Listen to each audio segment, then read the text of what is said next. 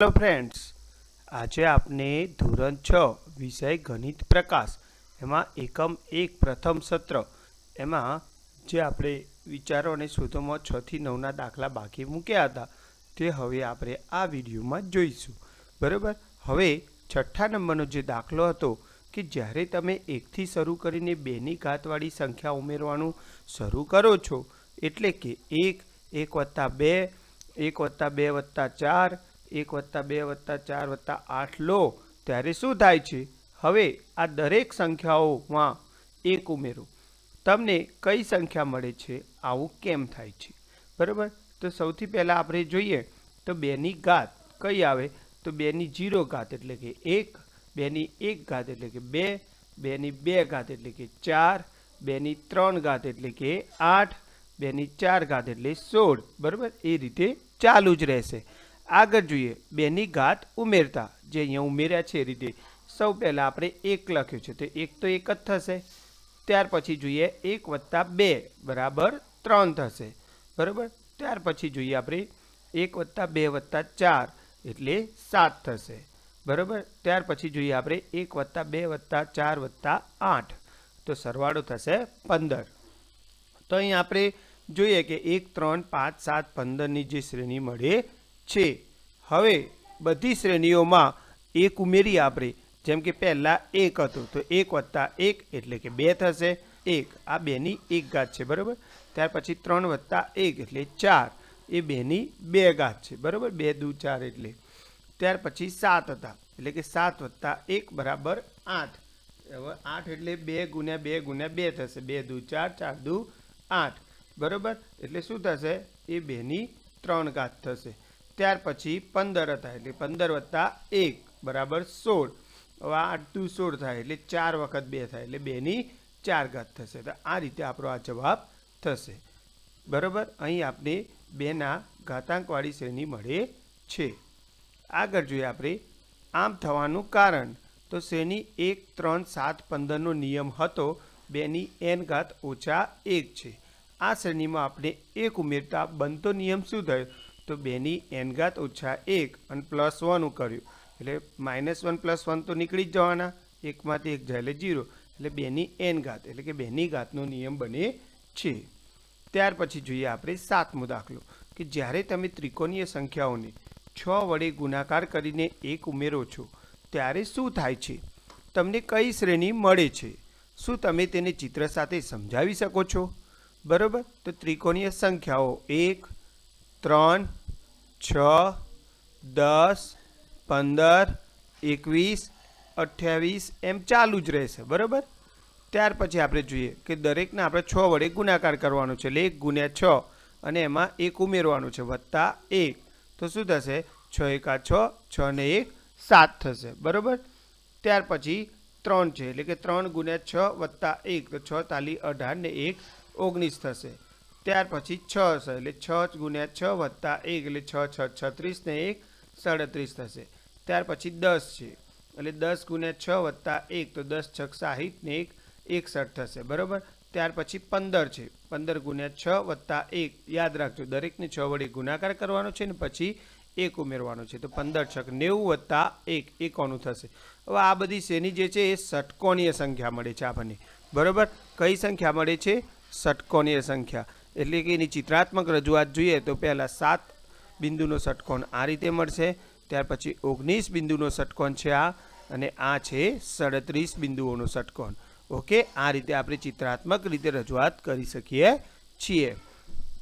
હવે 8મો દાખલો જોઈએ કે જ્યારે તમે ષટકોણીય સંખ્યાઓ ઉમેરવાનું શરૂ કરો છો એટલે કે આપણે હમણાં જોઈ હતી ને ષટકોણીય સંખ્યા 1 પછી બીજી આવે 7 એટલે 1 + 7 1 + 7 + 19 1 + 7 + 19 + 37 લઈએ ત્યારે શું થાય છે, તમને કઈ શ્રેણી મળે છે, શું તમે તેને સમઘનના ચિત્રનો ઉપયોગ કરીને સમજાવી શકો છો।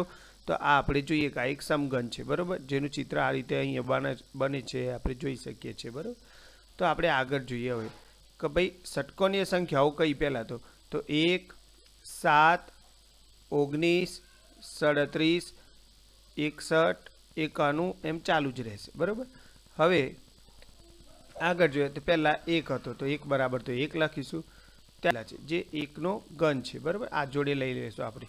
હવે 1 + 7 એટલે કે 8. 8 કોનો ઘન છે? તો એ 2 × 2 × 2 એટલે 2નો ઘન છે. ત્યાર પછી 1 + 7 + 19 એટલે કે 19 ને 1 20 ને 7 27. 27 એટલે 3 × 3 × 3 3 તાલી 9 9 તાલી 27 એટલે 3ની 3 ઘાત થશે બરાબર. ત્યાર પછી એમાં 37 બીજા પ્લસ કરીએ આપણે તો કેટલા થશે બરાબર, તો સરવાળો થશે 64.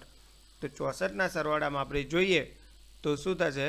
4 × 4 × 4 4 4 16 16 4 64 એટલે કે 4નો ઘન થશે. ત્યાર પછી ફરીથી આપણે આગળની શ્રેણીમાં 61 પ્લસ કરીશું તો જવાબ આવશે 125. હવે 125માં આપણે જોઈએ તો શું થશે? તો 5 × 5 × 5 5 5 25 25 5 125 એટલે જે 5ની 3 ઘાત રહેશે બરાબર. અહીં આપણને ઘન સંખ્યાઓની શ્રેણી મળે છે જેને ચિત્રાત્મક રીતે આપણે આ રીતે બતાવ્યું છે એમ રજૂ કરી શકીએ છીએ કે કોષ્ટક 1માં જે આપેલ શ્રેણીઓ માટે તમારી પોતાની પેટર્ન અથવા સંબંધ શોધો અથવા તમે ચિત્ર અથવા અન્ય માધ્યમ દ્વારાથી શા માટે બને છે તે સમજાવી શકો છો. તો જોઈએ કે પહેલાં આપણે એક લઈએ એકી સંખ્યાઓની શ્રેણી 1 3 5 7 9 11 એમ ચાલુ જ રહેશે એકી સંખ્યાઓ બરાબર. હવે આ દરેક પદમાં આપણે 1 ઉમેરીએ જેમ કે 1 તો 1 + 1 = 2, પછી 3 છે તો 3 + 1 = 4, પછી 5 છે તો 5 + 1 = 6, પછી 7 છે તો 7 + 1 = 8 બરાબર. અહીં તો જોઈએ આપણે 2 4 6 8 આ કઈ સંખ્યાઓની શ્રેણી મળે છે? બેકી સંખ્યાઓની શ્રેણી મળે છે જેને ચિત્રાત્મક રીતે રજૂ કરીએ તો પહેલાં 1 હતો, પછી 1 ઉમેર્યો તો 1 + 1 કેટલા થયા? 2 થયા. એ રીતે પહેલાં 3 હતા, પછી 1 ઉમેર્યો તો 3 + 1 કેટલા થયા? 4 થયા. એ રીતે પહેલાં 5 હતા, 5માં 1 ઉમેર્યો એટલે 5 + 1 કેટલા થઈ ગયા? 6. તો આ રીતે આપણે ચિત્રાત્મક પણ રજૂઆત કરી શકીએ છીએ. ત્યાર પછી એમાં બીજું એક એક્ઝામ્પલ છે કે એકી સંખ્યાઓની શ્રેણી લઈએ 1 3 5 7 9 11 એમ ચાલુ જ રહેશે બરાબર. હવે આ દરેક પદોનો આપણે સરવાળો કરીએ. એકનો તો એક જ લખીશું આપણે, પછી બીજામાં લખીશું 1 + 3 = 4. હવે જો 1 તો 1નો વર્ગ છે પણ 4 કોનો છે? તો એ 2નો વર્ગ છે એટલે 2 × 2 2ની 2 ઘાત. ત્યાર પછી આપણે 1 + 3 + 5 લઈએ તો શું થશે? 9 થશે. 9 કોનો વર્ગ છે? તો 3 × 3 એટલે 9 3નો વર્ગ છે બરાબર. ત્યાર પછી આપણે 1 + 3 + 5 + 7 લઈએ તો જવાબ મળશે 16 એટલે કે 4 × 4 એટલે 4નો વર્ગ છે બરાબર. ત્યાર પછી આપણે 9 ઉમેરીએ તો જવાબ મળશે 25 જે 5 × 5 એટલે 5નો વર્ગ છે બરાબર. તો અહીં આપણે જોઈએ કે આ ચોરસ એટલે કે પૂર્ણ વર્ગ સંખ્યાઓ મળે છે બરાબર. જેની ચિત્રાત્મક રજૂઆત જોઈએ તો આ રીતે આપણે કરી શકીએ છીએ. પહેલાં 1 હતું એમાં બરાબર 1 + 3 કરીએ તો 4, 1 + 3 + 4 અને 5 કરીએ 1 3 5 તો 9 થશે. આ રીતે આપણે ચિત્રાત્મક રજૂઆત પણ કરી શકીએ છીએ બરાબર. હવે છેલ્લું જોઈએ આપણે ઘન સંખ્યાઓની શ્રેણી 1 8 27 64 125 216 ચાલુ જ રહેશે. આ પદોનો સરવાળો કરીએ તો 1 તો પહેલાં 1 જ થશે, 1 + 8 તો 9 થશે એટલે કે 3નો વર્ગ છે બરાબર. 3 તાલી 9 27 ઉમેરવાના છે. હવે આપણે 1 + 8 + 27 તો સરવાળો 36 મળે છે એટલે કે 6 × 6 6નો વર્ગ. ત્યાર પછી આપણે આગળની શ્રેણીમાં ફરીથી 64 ઉમેરીશું અને સરવાળો થશે 100 એટલે કે 10 × 10 10નો વર્ગ છે.